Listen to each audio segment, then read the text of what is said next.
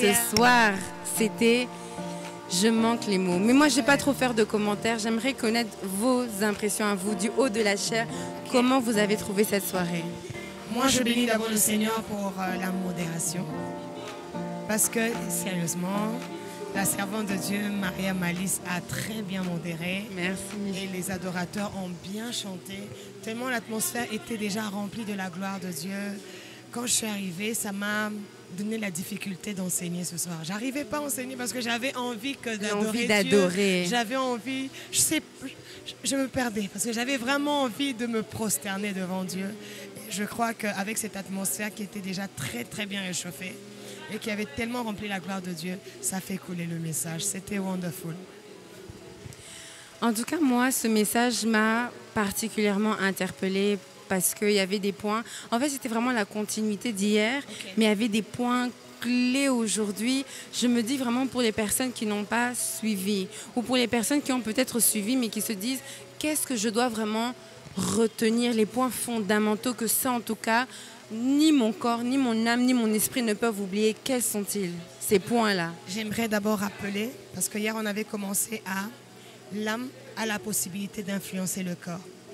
Et quand on dit le corps a 5 sens. Par ce que tu vois, ça peut influencer ton âme. Pourquoi les autres évoluent, moi je n'évolue pas, tu as vu de tes yeux.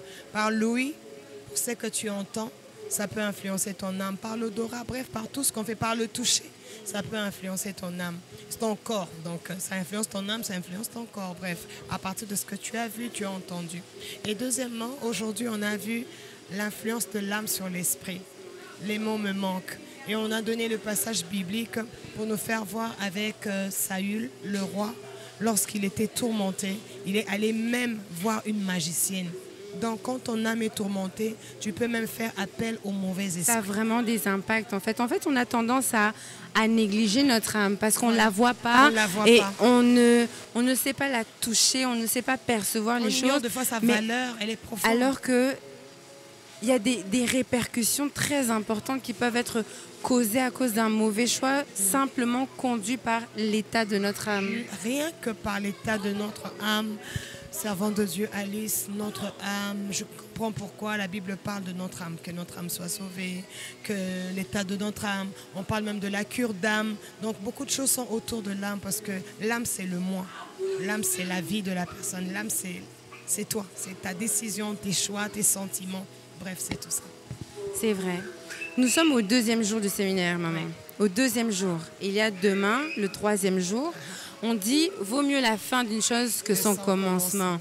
Donc, à cause déjà de cette parole, parce que je vous connais aussi, demain, à quoi est-ce qu'on doit s'attendre? Comment on doit même venir, comment on doit se préparer à demain? On doit s'attendre à quoi exactement? Je te jure que demain, même moi-même, je tremble pour demain.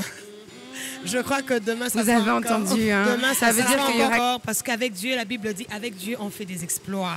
Et parce que nous faisons des exploits, je crois que nous irons de profondeur en profondeur. On doit déjà s'attendre que nous sommes une église prophétique. Donc le prophétique sera au rendez-vous.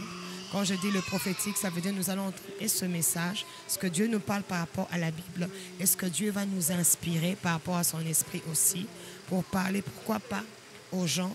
On a parlé de l'enseignement, comment notre âme doit se tenir. On va nous parler du travail de l'âme. Mais pourquoi pas parler aussi à certaines personnes leurs véritables problèmes, que peut-être qu'ils ignorent et que cette chose est en train de détruire leur âme. Je crois que demain, le prophétique va faire son demain, c'est vraiment... Demain, c'est un véritable rendez-vous, en fait. C'est un rendez-vous pour la libération des âmes, vraiment. Amen, amen. Voilà pourquoi on va clôturer avec la célébration. Donc demain, on va fêter.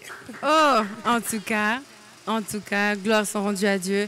Écoutez, vous qui entendez ce message, vous qui ressentez le désir et la volonté dans votre cœur de participer, si vous pouvez participer physiquement, alors venez, vous êtes les bienvenus. Si vous ne pouvez pas participer physiquement, nous sommes en ligne. Participons. C'est une question vraiment de qualité de vie. Comme la Bible dit, hein? Oui. Dans 3 Jean, vous avez parlé de ça tout à l'heure. La Bible dit 3 Jean 2:1, la Bible dit...